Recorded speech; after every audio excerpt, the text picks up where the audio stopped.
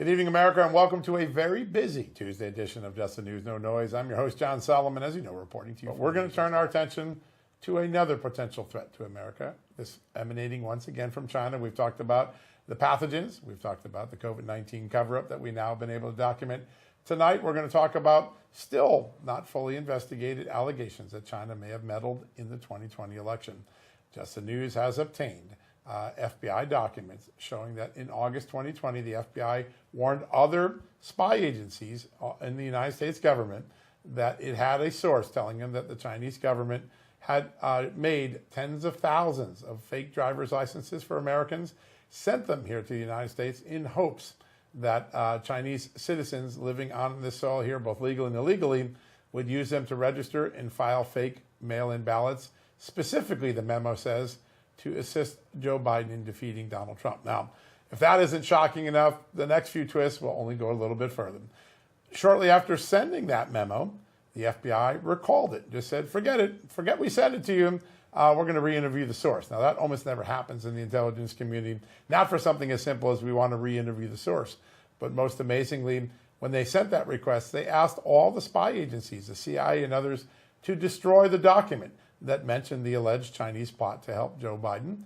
And then something even more shocking. You say, well, maybe it was uncorroborated intelligence. That's why they did it. Well, it turns out the U.S. Customs and Border Protection Agency had corroborated that China had already sent thousands of fake driver's licenses to Chicago O'Hare Airport to be distributed to people in the Midwest, in the battleground states, places like Wisconsin and Pennsylvania and Michigan. All right, so you had some corroboration. You had a reliable source, but instead of investigating it, they called it back. And according to Kash Patel, the FBI director who we talked to last night, he said it never got fully investigated. He said he's concerned there's a cover-up. Today, Senator Charles Grassley, the man who first heard about this incident, asked Kash Patel to get to the bottom of it, specifically find out who called it back, why they called it back, and were they trying to obstruct the American people from getting justice and a possible foreign intrusion in our election. We're going to have more throughout the show on that, including with a member of the House Judiciary Committee, Congressman Andy Biggs, coming up. Congressman, welcome back to the show. John, Amanda, good to be with you. All right. You've done more than anyone I can think of in Congress to look into the foibles, the failures, and other problems inside the FBI. You're always trying to make them better. When you see this document today and you see this information, your thoughts? Well, it certainly explains why there were reports of document shredders at the FBI headquarters after Donald Trump was elected president, because there was going to be some information that came, perhaps. And that's what we get to here. I am pleased that Kash Patel is the FBI director. I am pleased that he is releasing this information. I am pleased that your team is on top of it. But I will tell you what, I'm livid at this, because if anybody mentions election integrity, you're considered a wacko nut job. And it turns out that the FBI had at least raw data. They had a source that was telling them that China was going to attempt to manipulate our election, and they let that go without investigating it fully. Congressman, I think at best, it is pathological incuriosity. The fact that they didn't want to investigate, the fact that they wanted this just kind of shoved under the rug with shredded pieces of paper. But at worst, it's corruption, because at that end of the spectrum, you've got intelligence officials in this country who were okay with the election being swung in the direction of Joe Biden. Maybe it's not one or the other. Maybe it's somewhere in between. But what do you think? Yeah, I mean, that gets to really the question of why.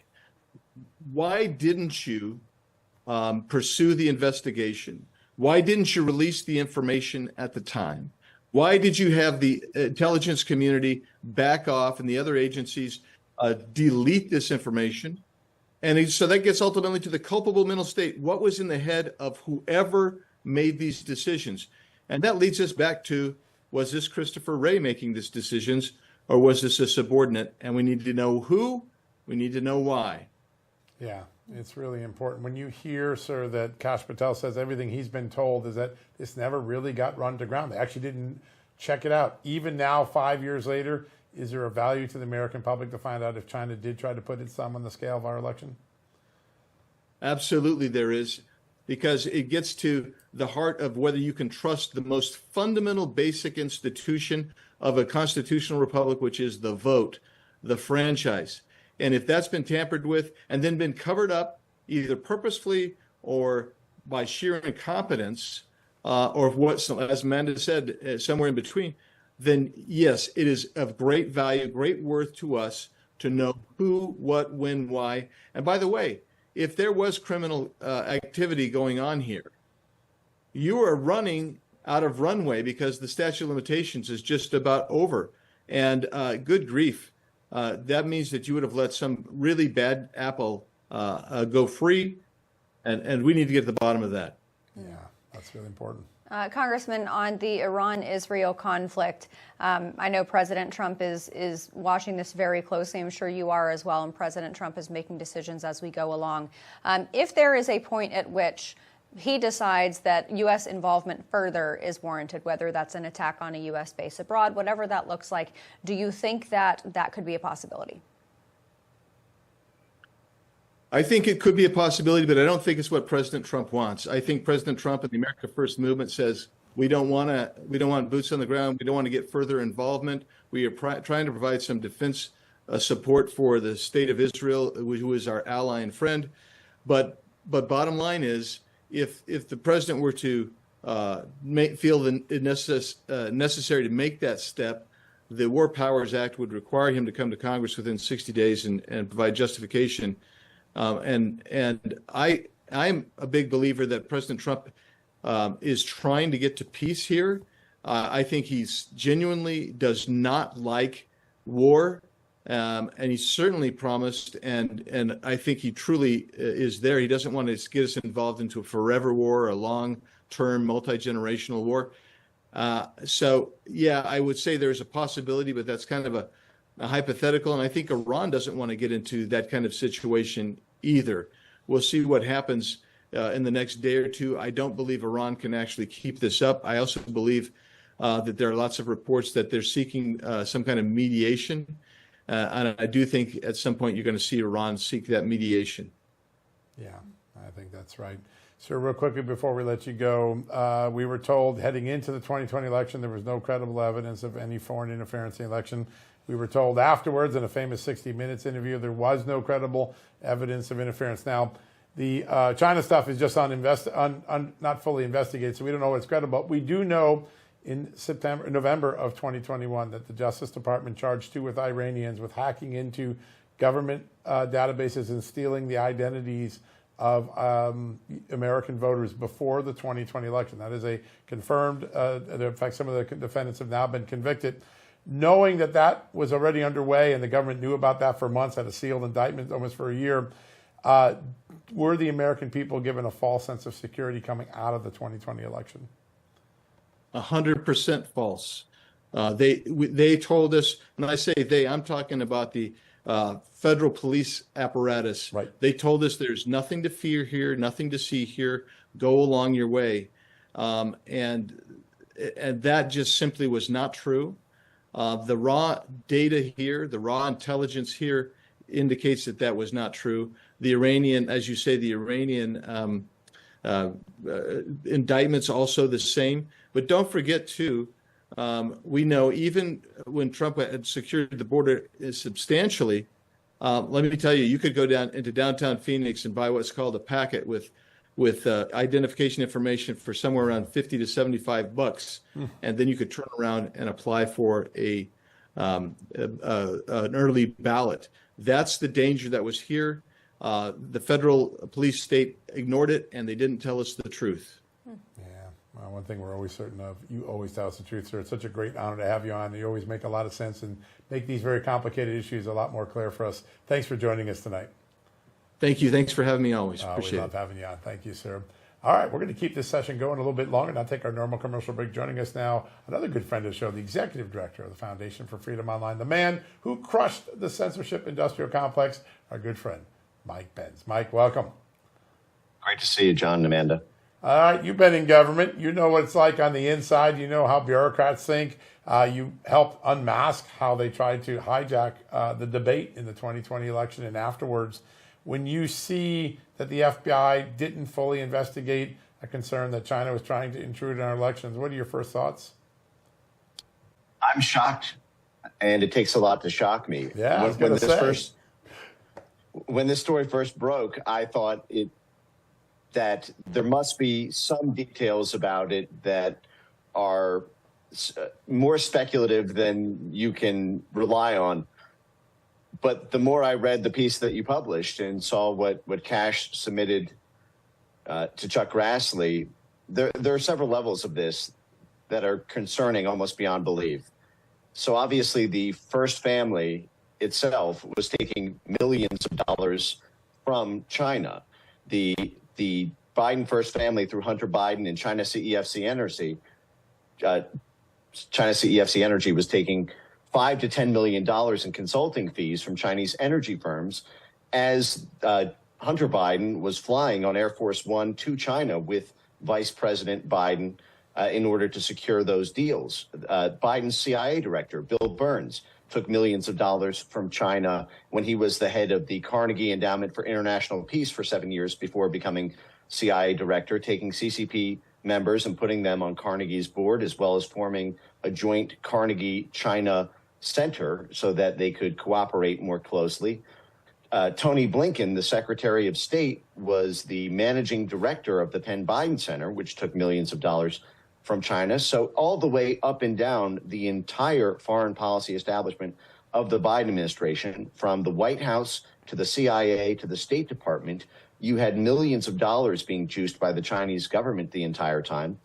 And then the more you think about this story, the more shocking it gets when you think about the massive, biggest election censorship event in human history, which was DHS CISA's censorship of the 2020 election, specifically to stop election misinformation, which was all run out of a group that Chris Krebs formed called the Countering Foreign Influence Task Force, which you would think would have been the exact task force at DHS set up to stop something like this and set up to be responsive to something like this, when in fact it did the exact opposite.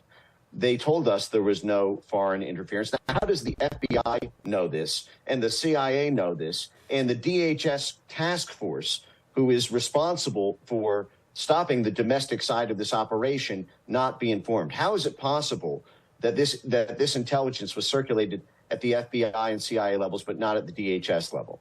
And so that is an immediate question for Chris Krebs and Alex Stamos. Well, we can actually answer the question for you, Mike, too. The document I actually saw the document and got some of the quotes from it. It was circulated to the Department of Homeland Security in addition to the CIA. So they were, now it doesn't say CISA, it does say DHS, so at least the senior component got it. And when it was called back, they asked all those agencies to destroy it. So it was sent out to Homeland. Now get this. The DHS censorship operation run out of CISA, together with EIP, this four-group consortium of 120 individual censors monitoring the entire internet across 15 different platforms to censor pro-Trump tweets or anyone who cast doubt on the integrity of the 2020 election. In the slide deck presentations of those censors who were set up by DHS, who got to use CISA's 24/7 cyber mission control to flag tweets, in those presentations, they specifically finger out a specific tweet by Donald Trump on June 22nd, and I'll read it. Rigged 2020 election. This is all caps. Rigged 2020 election. Millions of mail-in ballots will be printed by foreign countries and others. It will be the scandal of our times. Now, DHS's censorship network specifically cited that tweet as one of the reasons they needed to scramble to form this wide-spanning, totalizing censorship operation. And the fact that they specifically were set off by tweets by Donald Trump insinuating that foreign countries may be printing ballots or taking advantage of the mail-in ballot system in the operation that Kash just laid out, while that was the triggering tweet among several others to set up this entire censorship operation, while DHS had inside classified knowledge that is exactly what was going down and that Donald Trump was in fact correct. So they set up the censorship operation. In part, it would seem to suggest that their knowledge of this at the senior level of DHS or at the Chris Krebs level may have been motivated in part by a desire to keep quiet these various scandals, because as China was backing the entire Biden foreign policy establishment, literally and monetarily, the idea that China would be exploiting this would be a massive, massive, massive scandal, especially on the heels of Russiagate, where that entire apparatus used all of that power and abuse of the FBI and Justice Department in order to go after foreign powers interfering in elections. That could have been a scandal that could have tipped the election. So the idea that not only would they censor it at the FBI and CIA level, but that DHS itself could be activated to censor anyone who might suggest that a foreign body like China may be exploiting the mail-in ballot system is... I just want to make sure, because we do have to, I know you have a tight timeline, we want to let you go, but I have one more question, because if China interfered in the 2020 election, could other countries have as well? And if they interfered in the 2020 election, could there have been other elections?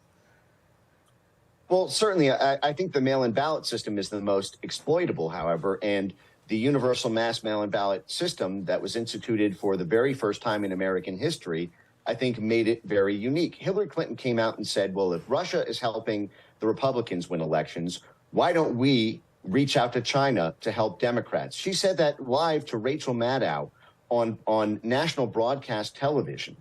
And when you take these sort of anecdotes together with the financial funding, together with this logistical operation where Customs and Border Patrol literally seized the passports that the FBI had intelligence were the linchpin of this plan, it seems like all parts of the U.S. national security state were activated in order to either ensure that this did happen or prevent the public scandal that would naturally arise and have its own Justice Department implications for Chinese interference on the 2020 election, especially when you consider Trump's foreign policy was so hostile to China and Biden's was so aligned. In fact, it was Biden who actually allowed China to circumvent the sanctions on Iran to sign a $400 billion deal, oil and gas deal. 90% of Iran's exports now go to China. Trump stopped that. It only took 2 months into the Biden administration for Iran to get $400 billion